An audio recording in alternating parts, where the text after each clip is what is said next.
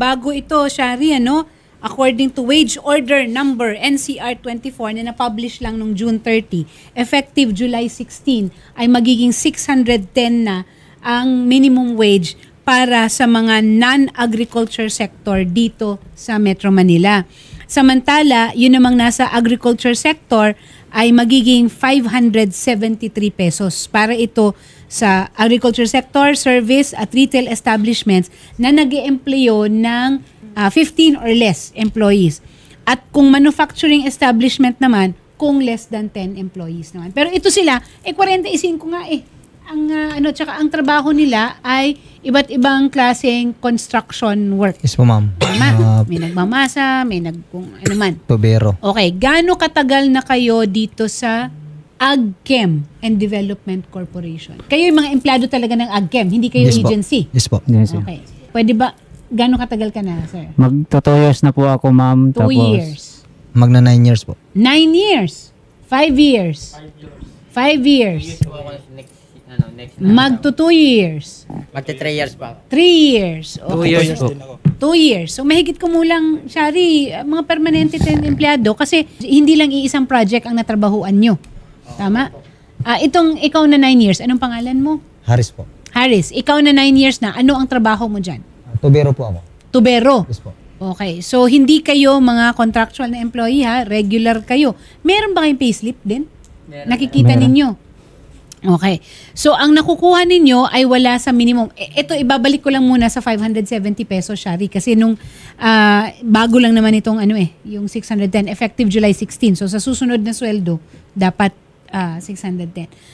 Magkano nakukuha nyo kung hindi 570 per day? 570 po sa isang araw. Oh, so tama. Tama, 570. Pero, sinong nakakatanggap ng mas mababa sa 570? Wala po yun. Wala. So, tama. 570. May overtime pay? Meron po, ma'am. Meron. Okay. May holiday pay? No, hindi po, ma'am. Ang iba, ma'am, binabayaran na, ma'am, ng 3 years. Matatagal, ma'am. Mga 3 years na nakalipas, 4 years, ganon. Bago mabayaran? Babayaran ng holiday po. Tapos kami po, bago, 2 years, wala pa pong, wala pang bayad. Pero nagtatrabaho kayo pag Opo. holiday kasi wala namang tigilan. Ang nasa line 3 natin ay si Edgar Iglesia. Siya ang, kilala niyo siya? So, HR ninyo, human resource ninyo, admin. Yes po. Okay? Makakausap natin siya ngayon. Magandang hapon sa iyo, Edgar.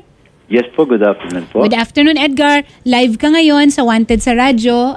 Ako si Attorney Aina Magpali at kasama ko si Shari Roman.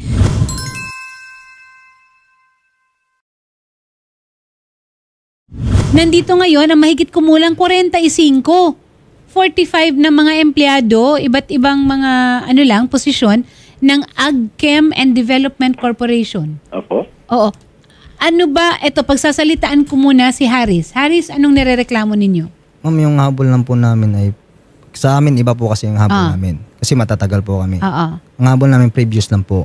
At Yung saka previous po. Yung dati kasi, ako 9 years na po ako, magka 9 years, hindi po ako nahulugan dati.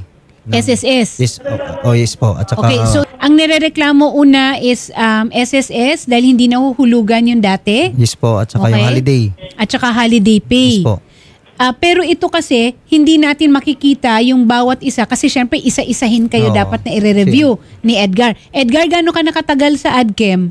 Magto 12 years na po. Magto 12 years. Okay, so pwede pala natin siyang guluhin dahil Edgar, ang nirereklamo is kulang-kulang yung sa SSS nila na remittances and I think kaya nila nalalaman dahil kung maglo-loan, pagka nag-check yung kanilang yung status nila doon, merong mga hindi nahulugan. Oo. So Edgar, ano ang pwede nating maitulong sa kanila? Yung pang regarding doon sa halimbawang SSS na walang hulog, no? Hindi ho bali sana kung sila ay nakakaltasan tapos hindi ho namin nare-remit. Pero kung if totally ho pong wala silang kaltas pero hindi naman, ibig sabihin kahit ho walang remittance pero hindi, kumbaga yung sahod nila kumpleto rin naman ho, hindi ho namin maibabalik yon.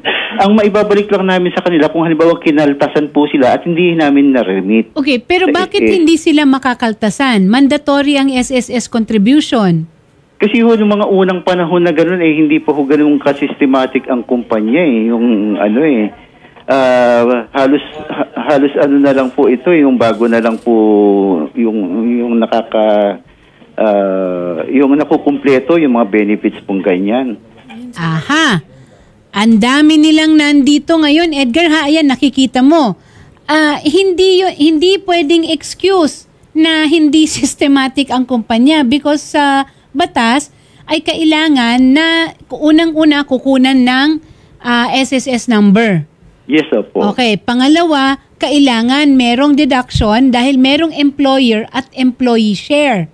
Mhm. Oo. So, hindi yan pwede na whether or not na nadedakan o hindi, ay hindi maisusoli. May pananagutan tayo dito, Edgar.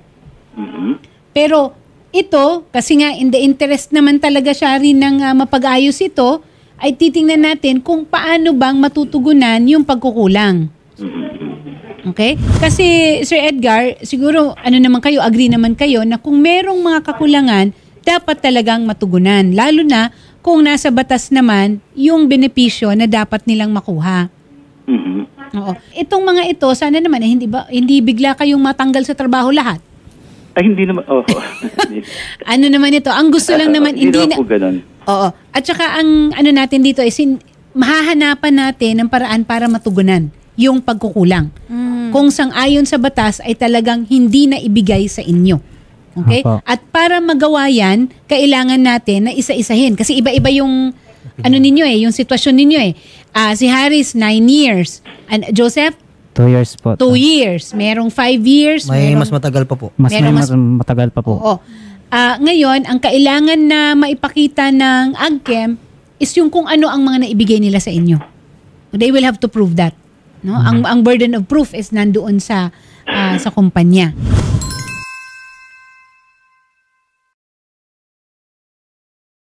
Gusto lang din po sana nila is maipasaayos din daw po yung sahod. Gayon din po yung holiday pay and yung syempre yung kanilang SSS is maging tama po yung paghulog. Well, sa SSS attorney, pwede rin naman po tayong kumonsulta po sa SSS po natin para po maipasaayos.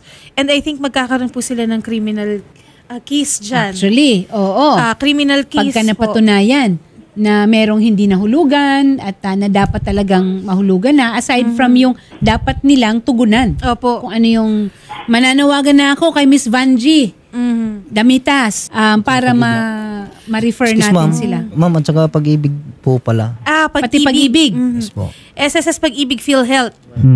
Okay. Papaayos po natin yan. And Sir Edgar, Yes, ma'am. kayo po ang head no sa HR po? Yes, opo, ma'am. Pero hindi ho sa akin mismo nanggagaling ang mga final decisions kasi inire-refer ho namin sa higher management yan. Pero yung sa mga SSS po nila, sir, ano pong status? What do you mean status po? May sinasabi po kasi Sir Edgar na Kulang. bungi-bungi daw po yung kanilang SSS daw po. Yan naman po, pinipilit naman pong gawa ng paraan ng kumpanya, no po. Unti-unti lang po, pero nahuhulugan naman po yan. Kung mahihintay lang po nila yung posting, nahuhulugan naman po yan. At saka kung sakali may problema po sa SS nila, kung mapapakita po nila sa amin yung table of contributions nila para malaman ho namin kung ano ba yung mga talagang walang hulog sa kanila. O so makikita natin yun. Kasi pagka binigay, lahat ba kayo may SSS number? Opo. Okay. Naibigay ninyo ito nung nagsimula kayong Opo. magulog. Kunwari, ikaw na 9 years ka na, hindi kompleto ang SSS mo. Bali, nahulugan po ako, ma'am. Mga Kailan lang nagsimula? 3 years ata. 3 years lang. Bali, mag 3 years po ako. Magti 3 years pa lang yung hulog? Or Di, nakapag yung- 3 years ka na, Before po. before mag-start. ka na nasimulan na mag-start? Ikaw naman, na 2 years ka pa lang. Ma'am, putol-putol nga po mga hulog nila. Putol-putol. Oo. Pag sinabi Pero tuloy-tuloy ma'am ang kaltas nila. Okay. So ayan, meron ba kayong nakuha na sa SSS na contributions ninyo na record? Bakit mo alam na putol-putol? Sa online ma'am. Sa online. Okay. So, okay. Pag nag-verify kasi sila, Sir Edgar, sa online, ay putol-putol. Hindi lang na hindi updated. Ang ibig sabihin ng putol-putol, yung merong mga buwan na meron, may buwan na wala. Okay. So, medyo nga yun. Kasi kung hindi updated, ibig sabihin, yun lang huling 3 buwan.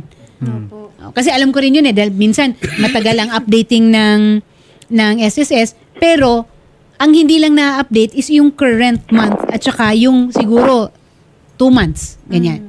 Hindi yung merong last year, walang may bakante. Blanco. Okay.